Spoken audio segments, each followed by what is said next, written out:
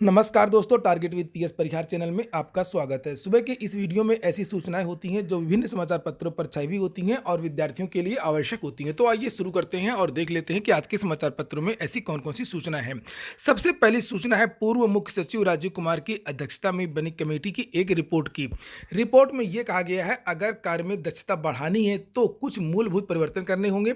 जैसे सरकारी कर्मचारी की जो भर्ती निकलती है उसकी अधिकतम आयु जो 40 वर्ष होती है उत्तर प्रदेश में उसको कम कर दिया जाए, 30 वर्ष कर दिया जाए और 5 वर्ष तक इन अभ्यर्थियों को संविदा पर रखा जाए। अगर उनका कार्य अच्छा होता है इन 5 सालों में तो उनको आगे बढ़ाया जाए, नहीं तो उनको उनके खिलाफ कार्रवाई की जाए।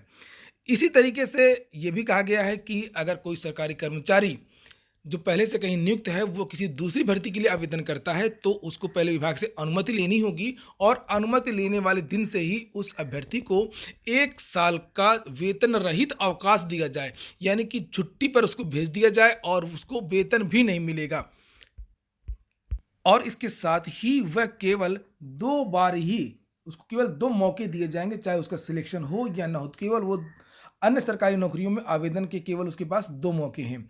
इस तरीके से एक पर ये प्रस्ताव जो है वो सरकार को भेजा गया है और उसके बाद में बहुत सारे जो विद्यार्थी हैं वो कमेंट के माध्यम से, ईमेल के माध्यम से, व्हाट्सएप पर मुझसे पूछ रहे थे कि सर क्या ये सब भर्ती जो है वो बाहर हो जाएंगे, एज कम कर दी जाएगी, ये संविदा पर रखा जाएगा। तो ऐसा लगता नहीं है कि सरकार जो है इसको लागू कर पाएगी, इसलिए घबराने की आवश्यकता नहीं है। आप लोग अपनी पढ़ाई जारी रखें और ये चुनावी वर्ष है। सरकारी नौकरियों की भर्ती में जो आयु सीमा की जो कटौती है वो प्रस्ताव तो इस साल लागू नहीं हो सकता है। हालांकि कुछ जो है सुधार या कुछ बदलाव आपको जरूर देखने को मिल सकते हैं। इसके बाद में अगली जो सूचना है वो है उत्तर प्रदेश लोक सेवा आयोग की पीसीएस 2019 के जो इंटरव्यू हैं वो आज से शुरू हो गए हैं। 4 फरवरी तक इंटरव्यू चलेंगे। 31 तारीख को इंटरव्यू नहीं होगा। लगभग 474 पदों के लिए ये भर्ती हो रही है और कुछ ऐसे पद हैं जिस पर साक्षात्कार नहीं होना है। तो 4 तारीख तक साक्षात्कार हो जाएंगे और जो जानकारी मिल रही है कि 15 फरवरी के पहले पहले इन अभ्यर्थियों का जो अंतिम परिणाम है वो भी जारी कर दिया जाएगा। इसके बाद में जो अगली सूचना है वो भी है उत्तर प्रदेश लोक सेवा आयोग की एक परीक्षा आरओ एआरओ 2016 की। लिखा है पेपर लीक प्रकरण की जांच फिर शुरू हो गई है। उत्तर प्रदेश लोक सेवा आयोग की आरओ एआरओ यानी समीक्षा अधिकारी, सहायक समीक्षा अधिकारी 2016 पेपर लीक प्रकरण की जांच पुनः शुरू हो गई है। सीबीसीआईडी की टीम ने बुधवार को प्रयागराज के कर्नलगंज थाने में शिकायतकर्ताओं का बयान दर्ज किया है। प्रतियोगी छात्र संघर्ष समिति के अध्यक्ष अवनीश पांडेय ने पेपर लीक प्रकरण से जुड़े साक्ष्य टीम को सौंपा है। आने वाले कुछ दिनों में कुछ और लोगों से पूछताछ हो सकती है।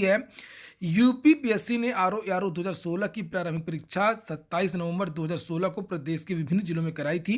परीक्षा के दौरान लखनऊ के कुछ केंद्रों पर पेपर लीक हो गया था। आईपीएस अमिताभ ठाकुर ने हजरतगंज थाना में इसकी एफआईआर दर्ज कराई थी। तत्कालीन सरकार ने जांच एसटीएफ को सौंपा था। 2017 में योगी सरकार ने सीबीसीआईडी को सौंपा और सीबीसीआईडी ने पेपर लीक होने की बात मानी। इसके मद्देनजर आयोग ने परीक्षा रद्द कर दिया और उसे 20 सितंबर 2020 को नए सिरे से करवाया। सीबीसीआईडी यही जांच खत्म करना चाहती थी, लेकिन शासन पेपर लीक प्रकरण में शामिल लोगों को बेनकाब करना चाहता है। अब जांच टीम के समक्ष पेपर लीक प्रकरण में शामिल अभियुक्तों को बेनकाब करने की चुनौती है। सूत्रों के अनुसार सीबीसीआईडी को पेपर लीक से संबंधित एक व्यक्ति का मोबाइल फोन प्राप्त हुआ है जिसे टीम ने जब्त कर लिया, परंतु संबंधित व्यक्ति की मृत्यु हो चुकी है। टीम उसके परिवार का बयान लेकर के जांच को आगे बढ़ा रही है। उत्तर प्रदेश लोक सेवा आयोग की एक और सूचना है कि सहायक सांख्यिकी अधिकारी के 6 पदों का परिणाम भी घोषित कर दिया गया है। लिखा लोक सेवा आयोग ने दुग्धशाला विकास में सहायक सांख्यिकी अधिकारी के 2013-14 में विज्ञापित पदों का परिणाम घोषित कर दिया है और इन पदों के लिए साक्षात्कार 13 जनवरी 2021 को कराया गया था। चयनित अभ्यर्थियों में ध्रुव कुमार, मोहम्मद यूनुस, सुमन, ओम प्रकाश, विजय और ममता के नाम शामिल हैं। और अब अगली जो सूचना है वो है माध्यमिक शिक्षा सेवा चयन बोर्ड की। लिखा है प्रवक्ता अंग्रेजी का संस्था आवंटन जारी। उत्तर प्रदेश माध्यमिक शिक्षा सेवा चयन बोर्ड ने 13 जनवरी को एडेड माध्यमिक विद्यालयों के लिए प्रवक्ता अंग्रेजी पैनल जारी किया था। पैनल जारी करने के बाद अब चयन बोर्ड के उप सचिव नवल किशोर ने प्रवक्ता अंग्रेजी के लिए संस्था यानी कि विद्यालय आवंटित कर दिया है और विद्यार्थियों को बता दिया गया है कि आपको किस विद्यालय में जाना है और कहाँ पर आपको ज्वाइन करना है। पूरी लिस्ट जो है इस ऑफिशियल वेबसाइट पर दे दी गई है जहां पर आप लोग देख सकते हैं। वहीं पर चयन बोर्ड में कल कुछ अभ्यर्थियों ने प्रदर्शन भी किया और ये अभ्यर्थी थे प्रवक्ता कला के। लिखा है कि उत्तर प्रदेश माध्यमिक शिक्षा सेवा चयन बोर्ड की टीजीटी एवं प्रवक्ता कला विषय के अभ्यर्थियों ने बुधवार को परिणाम घोषित करने की मांग को लेकर के प्रदर्शन किया। प्रदर्शनकारियों का कहना था कि चयन बोर्ड लगातार दूसरे विषयों के परिणाम घोषित कर रहा है, जबकि कला विषय के परिणाम में देरी हो रही है। इसके बाद में जो अगली कुछ सूचना है वो शिक्षक भर्तियों की। लिखा 5 शिक्षकों ने ठुकराई बेसिक शिक्षा विभाग की नौकरी। बेसिक शिक्षा विभाग में नियुक्ति पत्र पाने के बाद 5 अध्यापकों ने नौकरी ठुकरा दी है। बुधवार को 139 शिक्षकों को स्कूल पसंद करना था, मगर 134 अध्यापक ही आए। इस तरह की सूचनाएं जो है वो और भी जो अलग अलग जिले हैं वहाँ से भी निकल करके आ रही हैं कि बहुत सारे जो ऐसे अभ्यर्थी हैं जिनका रिजल्ट आ चुका है, जिनकी काउंसलिंग भी हो चुकी है, मगर वो जो है विद्यालय ज्वाइन नहीं कर रहे हैं। अगली सूचना है असिस्टेंट प्रोफेसर भर्ती की।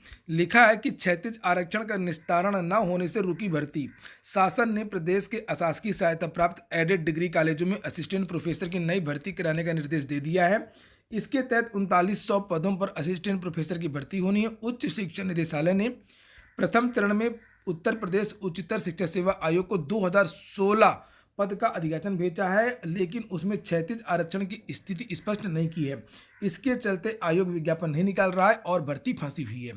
अधिकारियों की कार्यप्रणाली से नाराज प्रतियोगियों ने बुधवार को उच्च शिक्षा निदेशालय पर प्रदर्शन किया। प्रदेश के विभिन्न जिलों से आए प्रतियोगियों ने क्षैतिज आरक्षण का निस्तारण न होने पर नाराजगी व्यक्त की। प्रतियोगी डॉक्टर सौरभ कुमार सिंह ने कहा कि विज्ञापन संख्या 50 के तहत असिस्टेंट प्रोफेसर पद की नई भर्ती होनी चाहिए, लेकिन निदेशालय क्षैतिज आरक्षण की स्थिति स्पष्ट नहीं कर रहा है। तो थोड़ी थोड़ी सी बात पर उत्तर प्रदेश की जो भर्तियां हैं वो रोक दी जाती हैं।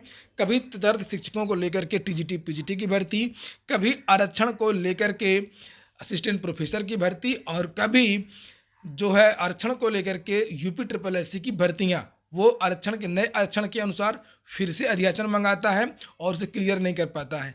तो जरा जरा सी बात पर उत्तर प्रदेश की जो भर्तियां हैं वो रोक दी गई हैं। और इसके बाद में जो है जो अगली सूचना है वो है हरियाणा से निकली एक भर्ती की। लिखा है कि हरियाणा कर्मचारी चयन आयोग से निकली 7,298 पदों पर भर्ती। जो पद है वो है कांस्टेबल का, जनरल ड्यूटी का। इसमें एज मांगी गई है 18 से 25 वर्ष। 1 दिसंबर 2020 से आयु मांगी जाएगी और जो आवेदन शुल्क है 100, 50, 25 अलग अलग वर्ग के लिए अलग अलग। जो पात्रताएं हैं 10वीं हिंदी या संस्कृत विषय से एवं 12वीं उत्तीर्ण। और आवेदन की जो लास्ट डेट है वो 10 फरवरी रखी गई है। और यहाँ पर ये भी देख लीजिए कि शुल्क जमा करने की जो लास्ट डेट है वो 13 फरवरी है। और इस वेबसाइट पर जाकर के आप लोग आवेदन कर सकते हैं www.hssc.gov.in।